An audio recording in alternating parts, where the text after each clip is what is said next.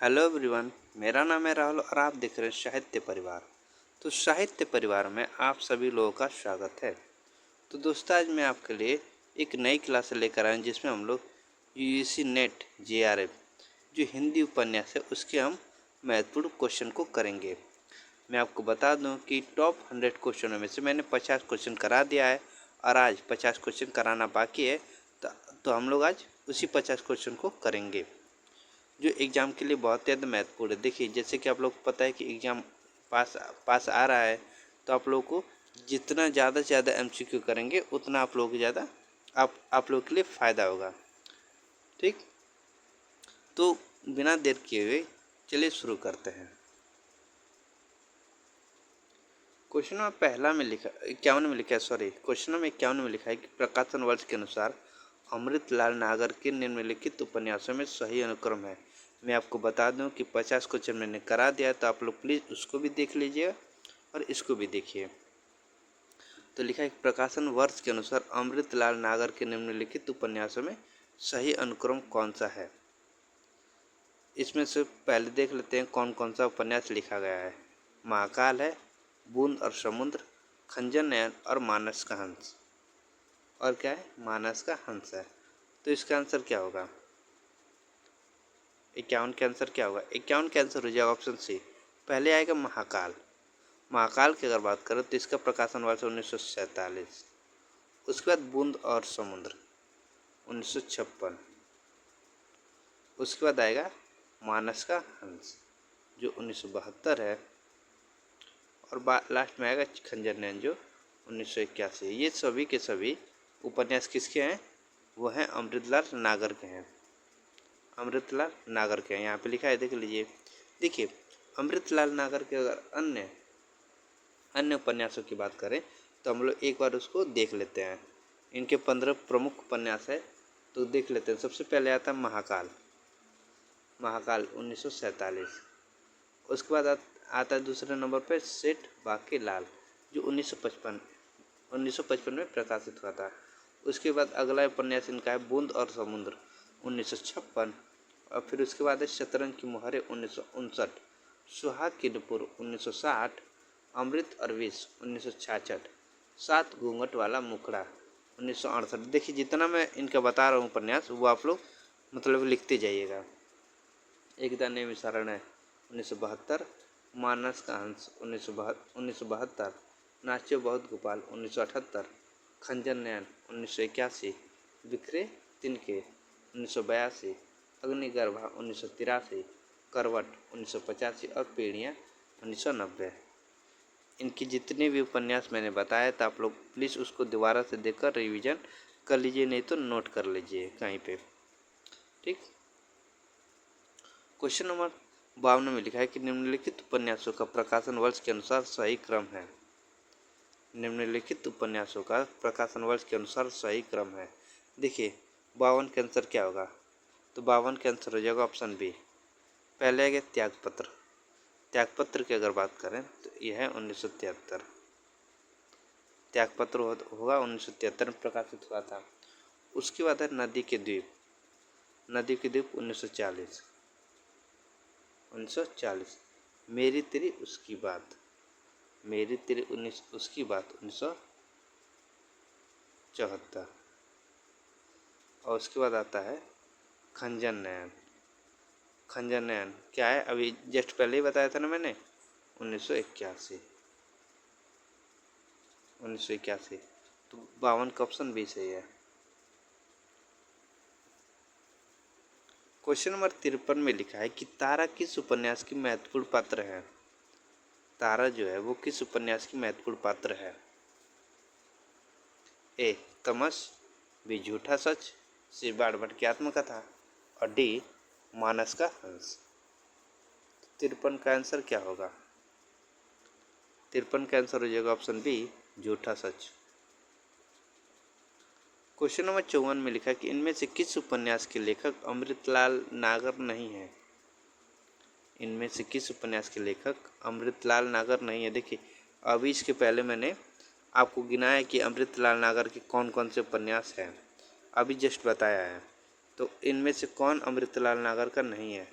देखो, ए में लिखा है सुहाग के नूपुर, यह अमृतलाल नागर का है। मानस का अंश, ये भी उनका है। भूले बिसरे चित्र, ये उनका नहीं है। बूंद और समुद्र, ये भी उनका है। तो 54 का आंसर क्या होगा? 54 का आंसर हो जाएगा ऑप्शन सी, भूले बिसरे चित्र। ये इनका नहीं है, अमृतलाल नागर का नहीं। तो ये किसका है? यह है भगवती चरण वर्मा का है। भगवती चरण वर्मा का यह है उपन्यास। ठीक। क्वेश्चन नंबर 55 में लिखा है कि निम्नलिखित में से कौन सा उपन्यास राहुल संकृत्यान का नहीं है? इनमें से कौन सा उपन्यास जो है वो राहुल संकृत्यान का नहीं है? कौन सा नहीं है? देखो, ए में लिखा है सिंह सेनापति, सिंह सेनापति। बी जयोदय। सी दिवोदास अडी व्यतीत। निम्नलिखित में से कौन सा उपन्यास राहुल संकृत्यान का नहीं है?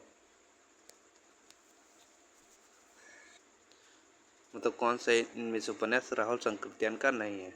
तो देखिए, इनमें से व्यतीत जो है वो राहुल संकृत्यान का नहीं है। व्यतीत जो है वो राहुल संकृत्यान का नहीं है। तो किसका है? तो वो है जैनेन्द्र का है। जैनेन्द्र का है, जैनेन्द्र कुमार का है, जो 1953 में प्रकाशित हुआ था, राहुल संकृत्यान का। देखो, सिंह सेनापति, जयोदय, दिवोदास, विस्मित यात्रास। ठीक, ये किसकी है? राहुल संकृत्यान की है। एक बार मैं राहुल संकृत्यान के जो उपन्यास है उसको मैं रिवीजन करवा देता हूँ। राहुल संकृत्यान की सबसे पहले उपन्यास कौन सा है? जीने के लिए, 1940। उसके बाद दूसरा है सिंह सेनापति, 1942। उसके बाद तीसरा जयोदय, 1944। उसके बाद चौथा इनका उपन्यास है मधुर स्वप्न, 1950। पांचवा इनका उपन्यास है विस्मृत यात्री, 1955। और छठवां इनका उपन्यास है दिवोदास, 1962। ठीक। क्वेश्चन नंबर 56 में यहाँ पे स्थापना, यहाँ पे तर्क दिया है। लिखा है कि गोदान ग्रामीण जीवन का महाकाव्य है। और तर्क क्या दिया है? क्योंकि गोदान में समग्र युग जीवन का चित्रण हुआ है। तो 56 का आंसर क्या होगा? तो देखो, जो स्थापना दिया है कि गोदान ग्रामीण जीवन का महाकाव्य, ये बात तो सही है, लेकिन जो तर्क दिया है वो गलत है। तो ए सही और आर गलत। तो 56 का ऑप्शन डी सही है। क्वेश्चन नंबर 57 में लिखा है कि जान देने का अर्थ है साथ रहकर निवाह करना। मतलब 57 में लिखा है कि जान देने का अर्थ है साथ रहकर निवाह करना। एक बार हाथ पकड़ कर उम्र भर निवाह करते रहना, चाहे दुनिया कुछ कहे, चाहे माँ बाप, भाई बंद, घर द्वार सब कुछ छोड़ना पड़े। गोदान उपन्यास में यह पंक्ति किस पात्र की है? ए धनिया, विझुनिया, सिसोना, अडी रूपा। तो यह गोदान उपन्यास में यह पंक्ति किस पात्र की है? तो देखो, यह जो पंक्ति है वो झुनिया का है। झुनिया किससे कहती है? गोबर से कहती है। क्योंकि झुनिया और गोबर दोनों प्रेम करते हैं, तो इसलिए झुनिया जो है गोबर से कहती है। ठीक। क्वेश्चन नंबर 57 में लिखा है कि क्वेश्चन नंबर 58 में लिखा है कि दरिद्रता में जो एक प्रकार की अदूरदर्शिता होती है, वह निर्लज्जता जो तकाजे, गाली और मार से भी भयभीत नहीं होती। उसने उस प्रोत्साहित किया, वर्षों से जो सात मन को आंदोलित कर रही थी, उसने उसे विचलित कर दिया। यहाँ पे कर होगा, क्रने कर दिया। यह पंक्ति किस उपन्यास से ली गई है? ए शेखर एक जीवनी, बी परीक्षा गुरु, सी गोदान, और डी बाड़भट्ट की आत्मकथा। क्वेश्चन नंबर 58 का कौन सा सही है? तो देखो, क्वेश्चन नंबर 58 का ऑप्शन सी से गोदान से ली गई है यह पंक्ति। क्वेश्चन नंबर 59 में कि निम्नलिखित उपन्यासों का सही अनुक्रम है। 59 में दिया कि निम्नलिखित उपन्यासों का सही अनुक्रम कौन सा है?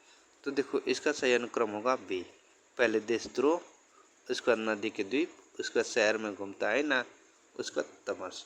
देशद्रोह की अगर बात करें तो इसका प्रकाशन वर्ष है 1943। नदी के द्वीप 1951। शहर में घूमता आईना 1963 और तमस तमस जो 1973। ठीक, 59 का ऑप्शन भी सही है। क्वेश्चन नंबर 60 में लिखा है कि महिला पुलिस कर्मियों पर आधारित उपन्यास है। ए ग्लोबल गांव का देवता, बी गुनाह बेगुनाह, सी मुन्नी मोबाइल और डी जिंदा मुहावरे।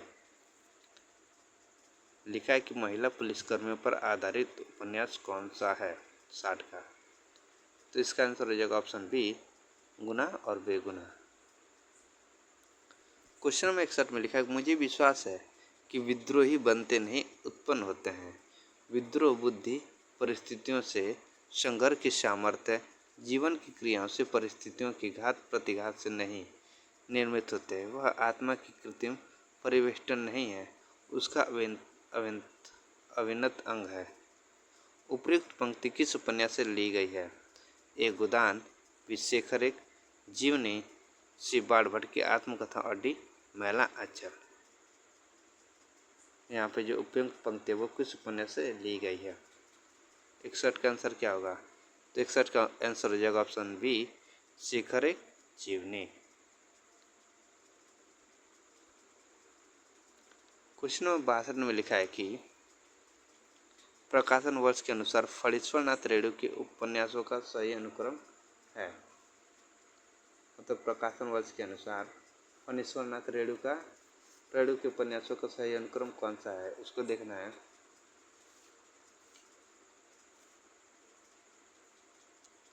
देखो, तो 62 का आंसर क्या होगा? पहले इसका आंसर देख लेते हैं। इसका आंसर हो जाएगा ऑप्शन ए। पहले आएगा मैलांचल, परिति परिकथा, दीर्घ तपा जुलूस। मैलांचल की अगर बात करें तो इसका प्रकाशन वर्ष क्या है? 1954 है, 1954।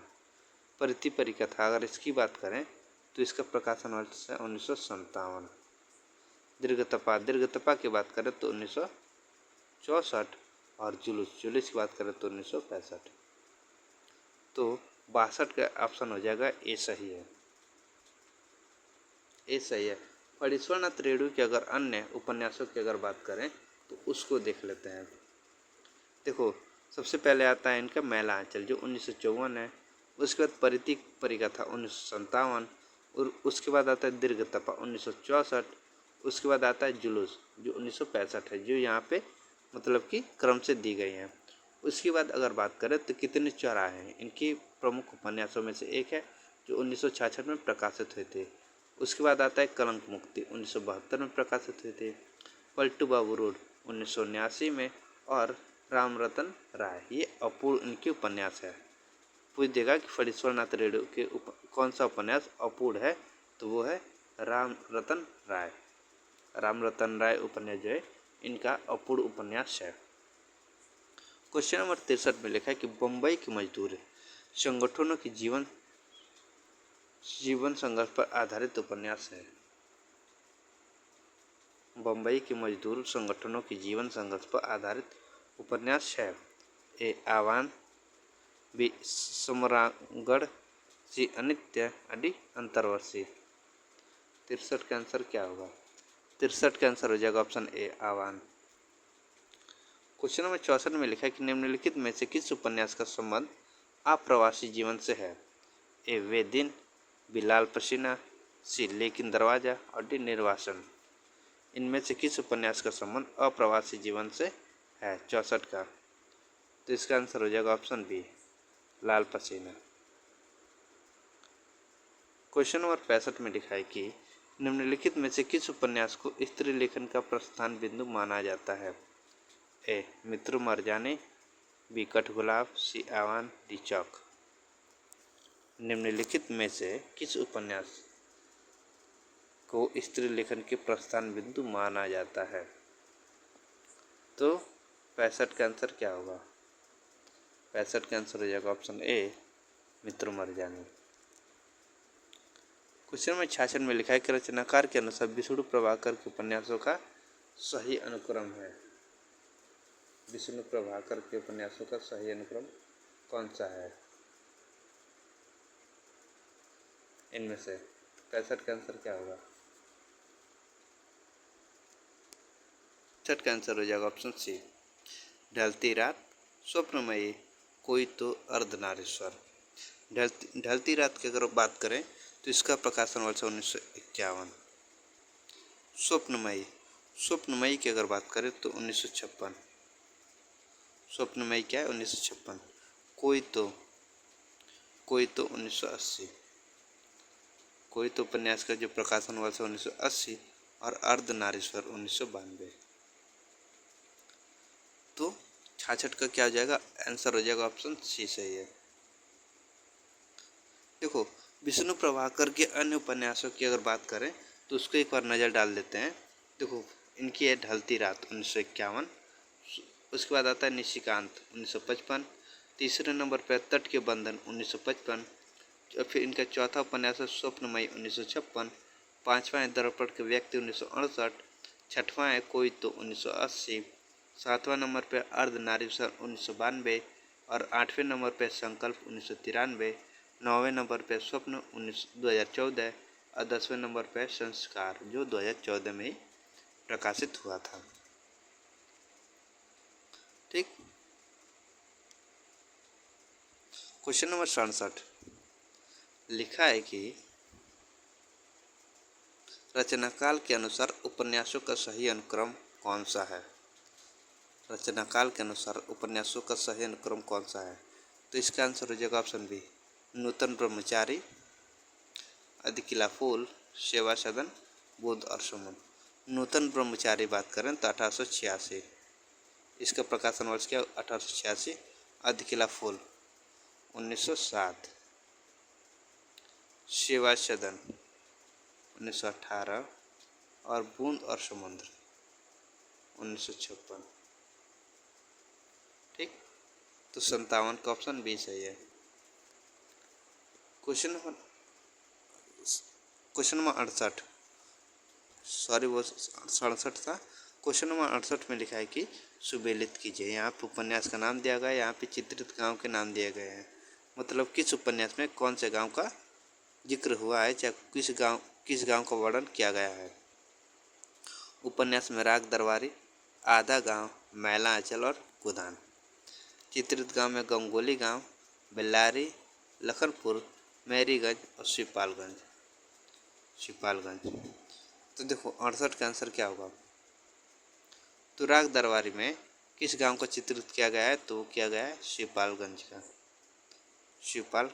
का। आधा गांव में गंगोली गांव का चित्रित किया गया है। मैला आंचल मैरीगंज। और गोदान में बेल्लारी गांव। तो ऑप्शन ए सही है 68 का। 69 की बात करें तो प्रकाशन वर्ष के अनुसार मृदुला गर्ग के उपन्यासों का सही अनुक्रम है। प्रकाशन वर्ष के अनुसार जो मृदुला गर्ग के उपन्यासों का सही अनुक्रम कौन सा है? इसका आंसर क्या होगा?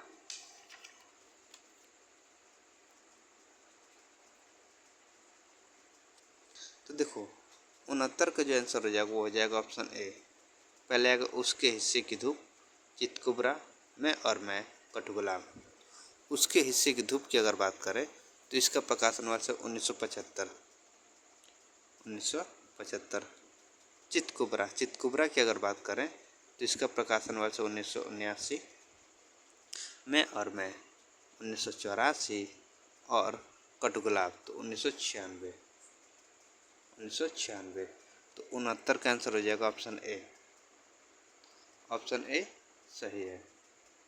देखो मृदुला गर्ग की अगर अन्य उपन्यासों की अगर बात करें तो पहले आता है उसके हिस्से की धूप जो 1975 में प्रकाशित हुआ था। उसके बाद आता है वंशज 1976 में प्रकाशित हुआ था। उनका अगला उपन्यास है चितकुबरा 1979 में। उसके बाद अनित्य 1980 में, मैं 1984, कठगुलाब 1996 और मिलजुल मन उनका है 2009 में। तो यह है इनकी कुछ अन्य उपन्यास मृदुला गर्ग की। क्वेश्चन नंबर 70 में लिखा है कि विद्रोह हृदय की एक विशेषता है कि वह अपने विकास में फैलते हुए न्यूनतम विचारों को अपना कर भी विद्रोह रह जाता है, क्योंकि वह अपने काल के अग्रणी लोगों से भी आगे ही रहता है। इसलिए तो प्रतिक्रियावादी जर्मन से उत्पन्न होकर और पलकर भी आइंस्टाइन विद्रोह है, और संसार की सबसे विरत, सबसे अधिक आग्नेय घोरतम युग परवशक रूसी क्रांति की गोद में पलकर भी स्टेलिन विद्रोह नहीं हो पाया, जूठन बिनने वाला ही रह गया। उपयुक्त पंक्ति किस उपन्यास से ली गई है? ए.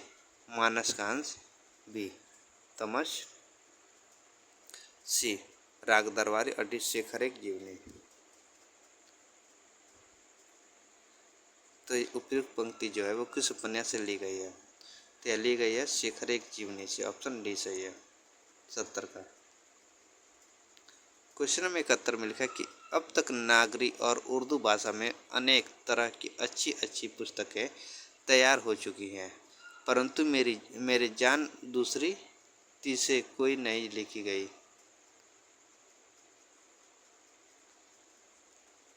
इसलिए अपनी भाषा में यह नई चाल की पुस्तक होगी, परंतु नई चाल होने से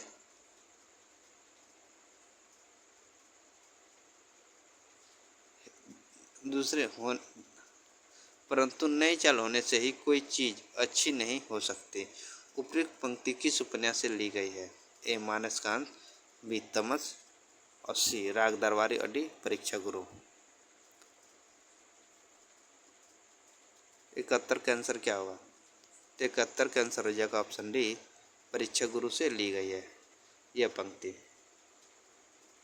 क्वेश्चन नंबर 72 में लिखा है कि नागार्जुन द्वारा रचित मछुआरों के जीवन पर आधारित उपन्यास है। ए. बूंद और समुद्र, बी. बरूड के बेटे, सी. सागर लहरें और मनुष्य, डी. डूब। नागार्जुन के द्वारा जो मछुआरे के जीवन पर आधारित उपन्यास वो कौन सा है?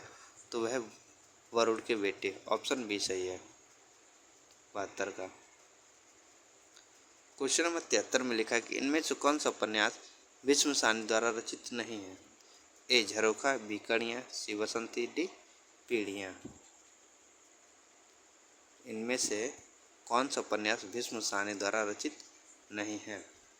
तो देखो, मैंने भीष्म सानी का मतलब कि उपन्यास बताया था कौन कौन। झरोखा भी है, कड़ियाँ है और बसंती भी है, लेकिन पीढ़ियाँ जो है, पीढ़ियाँ इनकी नहीं है।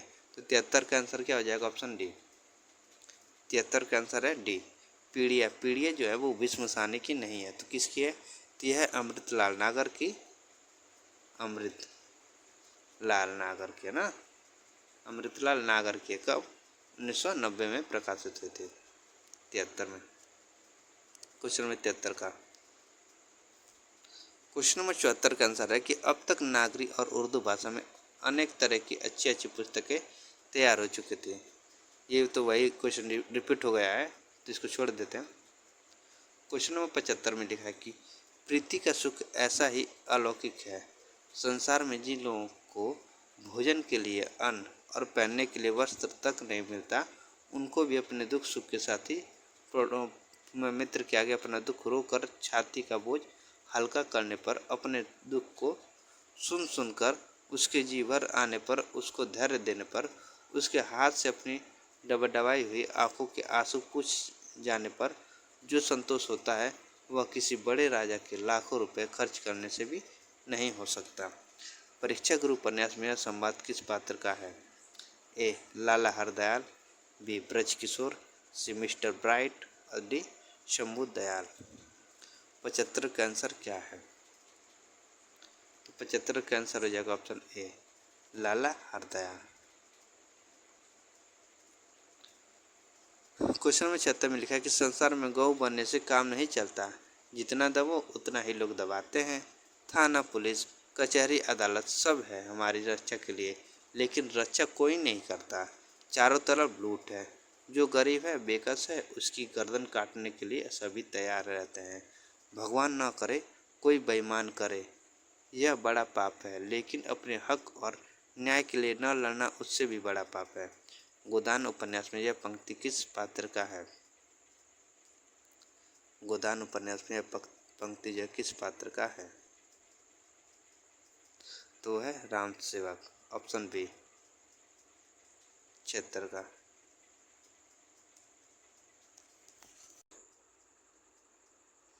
क्वेश्चन नंबर 77 की अगर बात करें तो लिखा है कि प्रकाशन वर्ष के अनुसार निम्नलिखित रचनाओं का सही अनुक्रम है। प्रकाशन वर्ष के अनुसार निम्नलिखित रचनाओं का सही अनुक्रम है। इसका आंसर क्या होगा? तो 77 का आंसर हो जाएगा ऑप्शन सी, रानी केतकी की कहानी। अगर इसकी बात करें रानी केतकी की कहानी तो इसका प्रकाशन वर्ष है 1803 और इसके लेखक कौन है? ईसा अल्लाह खां है। रानी केतकी की कहानी के लेखक कौन है? ईसा अल्लाह खां। प्रकाशन वर्ष 1803। वामा शिक्षक, अरे वामा शिक्षक की अगर बात करें तो इसका प्रकाशन वर्ष है 1882। इसके जो उपन्यासकारक है वो कौन है? वो है ऐश्वर्य प्रसाद या कल्याणी राय।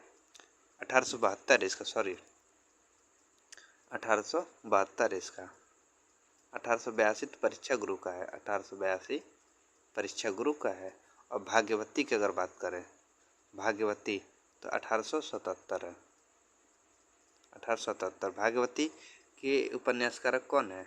तो वह श्रद्धाराम फिल्लोरी हैं। कौन है? श्रद्धाराम फिल्लोरी। और परीक्षा गुरु के रचनाकार कौन है? तो वह लाला श्रीनिवास दास जी हैं। ठीक। क्वेश्चन नंबर 78 में लिखा है कि आधुनिक ईरान की पृष्ठभूमि पर रक्त रंजित इस्लामी क्रांति का चित्र किस उपन्यास में किया गया है? ए 7 नदियों का द्वीप, बी चक्रव्यूह, सी धूप छाई रंग और डी किस्सा लोकतंत्र। 78 का है कि आधुनिक ईरान की पृष्ठभूमि पर रक्त रंजित इस्लामी क्रांति का चित्र किस उपन्यास में किया गया है? तो वो किया गया किसमें? 7 नदियां एक समुद्र। ऑप्शन ए से 78 का। क्वेश्चन नंबर 79 में कि निम्नलिखित में से कौन सा नाटक प्रेमचंद के प्रसिद्ध उपन्यास पर आधारित है? मतलब इनमें से कौन सा नाटक प्रेमचंद के प्रसिद्ध उपन्यास पर आधारित है? ए श्वेत कमल, बी युगे युगे क्रांति, सी सूरदास और डी बंदनी। 79 का आंसर क्या है? तो 79 का आंसर हो जाएगा option C, Surdas.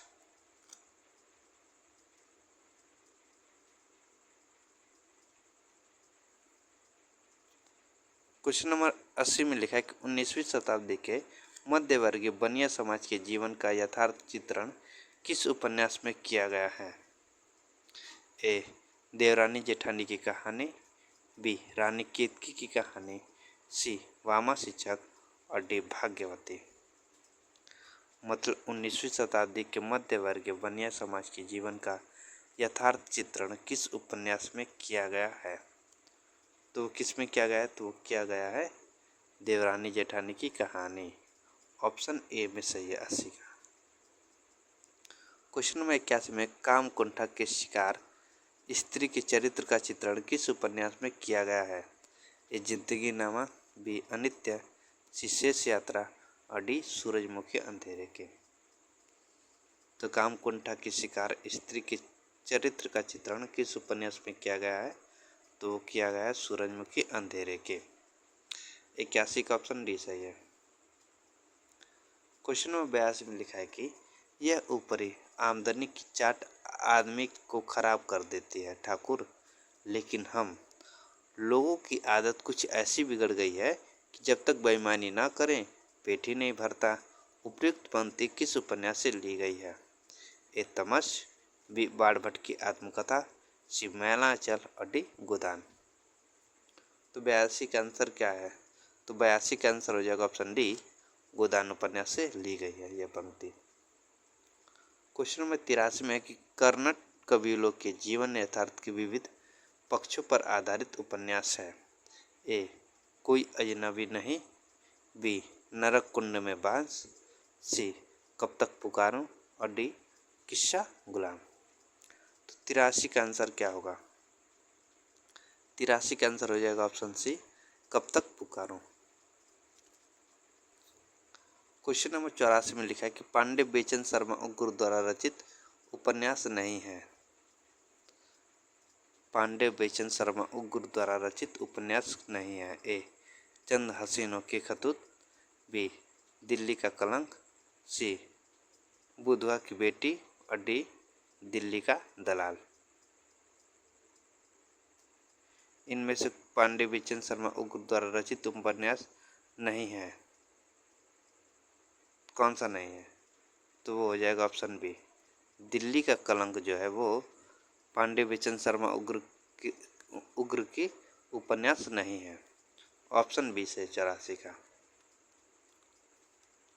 Question number 50 में लिखा है कि डॉक्टर गोपाल राय के अनुसार हिंदी में नावल के अर्थ में उपन्यास पद का प्रथम प्रयोग किसने किया? ए भूदेव मुखोपाध्याय, बी राधाचरण गोस्वामी, सी महावीर प्रसाद द्विवेदी और डी भारतेंदु हरिश्चंद्र। फिर से क्वेश्चन को पढ़ते हैं कि डॉक्टर गोपाल राय के अनुसार हिंदी में नॉवेल के अर्थ में उपन्यास पद का प्रथम प्रयोग किसने किया था? तो क्या था? भारतेंदु हरिश्चंद्र ने। ऑप्शन डी से 85 का। क्वेश्चन नंबर 86 में लिखा है कि लक्ष्मीदासेन निम्नलिखित में से किस उपन्यास की पात्र है? लक्ष्मीदासेन निम्नलिखित में से किस उपन्यास की पात्र है? ए मैलांचल, बी परिति परिकथा, सी जुलूस और डी कितने चौराहे। तो 86 का आंसर क्या होगा? 86 का आंसर हो जाएगा ऑप्शन ए मैला आंचल। लक्ष्मीदासेनी जो है मैलांचल उपन्यास की पात्र है। क्वेश्चन नंबर 27, राग दरबारी उपन्यास के पात्र हैं? ए मदन मोहन और बाबू बैजनाथ, बी मास्टर मोतीराम और बाबू रामाधीन, सी मास्टर शंभू दयाल और पंडित पुरुषोत्तम दास और डी काशी शाह और गंडा सिंह। राग दरबारी उपन्यास के पात्र हैं तो कौन है? तो इसका आंसर हो जाएगा ऑप्शन बी मास्टर मोतीराम और बाबू रामाधीन। ऑप्शन बी से 87 का। क्वेश्चन नंबर 88 अगर बात करें तो लिखा है कि सूनी घाटी का सूरज उपन्यास के लेखक हैं? सूनी घाटी के सूरज उपन्यास के लेखक हैं? ए श्रीलाल शुक्ल, बी नरेश मेहता, सी हिमांशु श्रीवास्तव और डी शैलेश मटियानी। तो 88 का आंसर क्या होगा? तो 88 का आंसर हो जाएगा option A Shrilal Shukla. Question number 79 में लिखा है प्रकाशन वर्ष के अनुसार निम्नलिखित उपन्यासों का सही अनुक्रम है? प्रकाशन वर्ष के अनुसार निम्नलिखित उपन्यासों का सही अनुक्रम कौन सा है? तो इसका आंसर हो जाएगा ऑप्शन बी आपका बंटी, चितकुबरा, शालमली और उसके बाद आता है कटगुलाब। इसके प्रकाशन वर्ष देख लेते हैं। आपका बंटी 1971, मन्नू भंडारी का चितकुबरा 1979, शालमली 1986 और कटगुलाब की बात करें तो 1996। ठीक, तो इसका आंसर हो जाएगा ऑप्शन बी 89 का। क्वेश्चन नंबर 90 में लिखा है कि फणीश्वरनाथ रेणु के किस उपन्यास में पूर्वी पाकिस्तान से विस्थापित होकर बिहार के पूर्णिया जिले में आए हिंदू शरणार्थियों की दारुण कथा का चित्रण है? फणीश्वरनाथ रेणु के किस उपन्यास में पूर्वी पाकिस्तान किसे कहा जाता है? बांग्लादेश को। उसको बांग्लादेश को कहा जाता था। पूर्वी पाकिस्तान से विस्थापित होकर बिहार के पूर्णिया जिले में आए हिंदू शरणार्थी का दारुण कथा का चित्रण है? ए मैलांचल, बी जुलूस, सी परिति परिकथा और डी कलंक मुक्ति।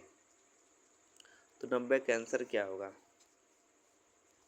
तो देखिए 90 का आंसर हो जाएगा ऑप्शन बी जुलूस। ऑप्शन बी सही जुलूस। क्वेश्चन नंबर 91 में लिखा है कि विश्वनाथ प्रसाद निम्नलिखित में से किस उपन्यास के पात्र हैं? ए दीर्घ तपा, बी कितने चौराहे, सी मैलांचल और डी परिति परिकथा। विश्वनाथ प्रसाद निम्नलिखित में से किस उपन्यास के पात्र हैं? तो वो हैं मैलांचल के। 91 का सी मैलांचल।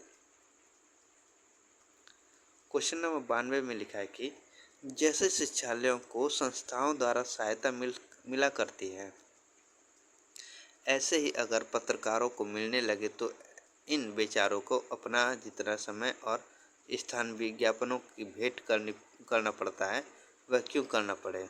गोदान उपन्यास की यह पंक्ति किस पात्र की है? ए मेहता, बी ओंकार नाथ, सी माता दीन और डी मिसेज खन्ना। 92 का आंसर क्या है? तो 92 का ऑप्शन बी से यह ओंकारनाथ की पंक्ति है। ऑप्शन बी से 92 का। क्वेश्चन नंबर 93 में लिखा है कि नारी केवल माता है और इसके उपरांत वह जो कुछ है वह सब मातृत्व का उपकर्म है। मातृत्व संसार की सबसे बड़ी साधना, सबसे बड़ी तपस्या, सबसे बड़ा त्याग और सबसे महान विजय है। एक शब्द में उसे ले कहूँगा, जीवन का, व्यक्तित्व का और नारीत्व का भी। उपयुक्त पंक्ति किस उपन्यास से ली गई है? ए तमस, बी मैलांचल, सी आपका बंटी और डी गोदान। 93 का आंसर क्या है? ये जो पंक्ति है वो किस उपन्यास से ली गई है? तो यह ली गई है गोदान से। ऑप्शन डी से है 93 का। क्वेश्चन नंबर 94 में लिखा है कि माता पिता का संबंध विच्छेद से प्रभावित बालक की त्रस्त जीवन की कथा पर आधारित उपन्यास है। ए 1 इंच मुस्कान, बी अनुगुंज, सी आपका बंटी और डी बेघर। माता पिता का संबंध विच्छेद से प्रभावित बालक की त्रस्त जीवन की कथा पर आधारित उपन्यास है, तो वह है आपका बंटी। ऑप्शन सी से 94 का। क्वेश्चन नंबर 95 में लिखा है कि दरिद्रता में जो एक प्रकार की अदूरदर्शिता होती है वह निर्लज्जता जो तकाजे, गाली और मार से भी भयभीत नहीं होती। उसने उसे प्रोत्साहित किया। वर्षों से जो साध मन को आंदोलित कर रही थी उसने उसे विचलित कर दिया। उपयुक्त पंक्ति किस उपन्यास से ली गई है? ए गोदान, बी परीक्षा गुरु, सी शेखर एक जीवनी और डी तमस। यह जो पंक्ति है वो किस उपन्यास से ली गई है? तो ली गई है गोदान से। ऑप्शन ए से है 95 का। क्वेश्चन नंबर 96 में लिखा है कि निम्न में से किस उपन्यास में रईस साहूकार मदन मोहन की अंग्रेजी सभ्यता की नकल और अपव्यय की कथा है? ए नूतन ब्रह्मचारी, बी परीक्षा गुरु, सी आदर्श दंपति और डी प्रणयिनी परिणय। तो 96 का आंसर क्या होगा? निम्न में से किस उपन्यास में रईस साहूकार मदन मोहन की अंग्रेजी सभ्यता की नकल और अपव्यय की कथा है? तो वह परीक्षा गुरु में। ऑप्शन बी से 96 का। क्वेश्चन नंबर 97 में है कि करम बीबी और सरफराज निम्नलिखित में से किस उपन्यास के पात्र हैं? ए ये जिंदगी नामा है, जिंदगी नामा, बी सूरजमुखी अंधेरे के, सी डार्क से बिछुड़ी और डी यारों के यार। 97 का आंसर क्या है? करम बीबी और सरफराज किस उपन्यास के पात्र हैं? तो वह जिंदगी नामा। 97 का ऑप्शन ए सही है। क्वेश्चन नंबर 98 में है कि यशपाल के उपन्यास झूठा सच में दौलत राम आजाद किस राजनीतिक दल का सदस्य था? ए कांग्रेस, बी कम्युनिस्ट पार्टी, सी मुस्लिम लीग और डी जनसंघ। यशपाल के उपन्यास झूठा सच में दौलत राम आजाद किस राजनीतिक दल का सदस्य था? तो वो था कम्युनिस्ट पार्टी। ऑप्शन बी से 98 का। क्वेश्चन नंबर 99 में लिखा है कि राही मासूम रजा द्वारा रचित उपन्यास यहाँ पे नहीं होगा, नहीं है। मतलब इनमें से कौन सा उपन्यास राही मासूम रजा द्वारा रचित उपन्यास नहीं है? ए समरसेस है, बी टोपी शुक्ला, सी दिल एक सादा कागज और डी कटरावी आरजू। तो 99 का आंसर क्या होगा? तो 99 का आंसर हो जाएगा ऑप्शन ए समरसेस है। ये राही मासूम राजा के द्वारा रचित उपन्यास नहीं है। क्वेश्चन नंबर 100 है कि मुरारी और नरगिस की प्रेम पर आधारित उपन्यास है? ए पाप और पुण्य, बी चंद हसीनों के खतूत, सी सत्याग्रह और डी आदर्श दंपति। मुरारी और नरगिस के प्रेम पर आधारित उपन्यास है। 100 का आंसर क्या होगा? 100 का आंसर हो जाएगा ऑप्शन बी चंद हसीनों के खतूत। तो ये थे आज के हमारे 50 क्वेश्चन। अगर अच्छा लगा हो आप लोग को तो प्लीज़ आप लोग लाइक करिएगा, सब्सक्राइब करिएगा। मैं आप लोग को और ऐसे क्वेश्चन लेकर आता रहूँगा जो आपके एग्ज़ाम के लिए बहुत ज़्यादा महत्वपूर्ण रहेगा। ठीक, तो आज के लिए इतना ही। धन्यवाद।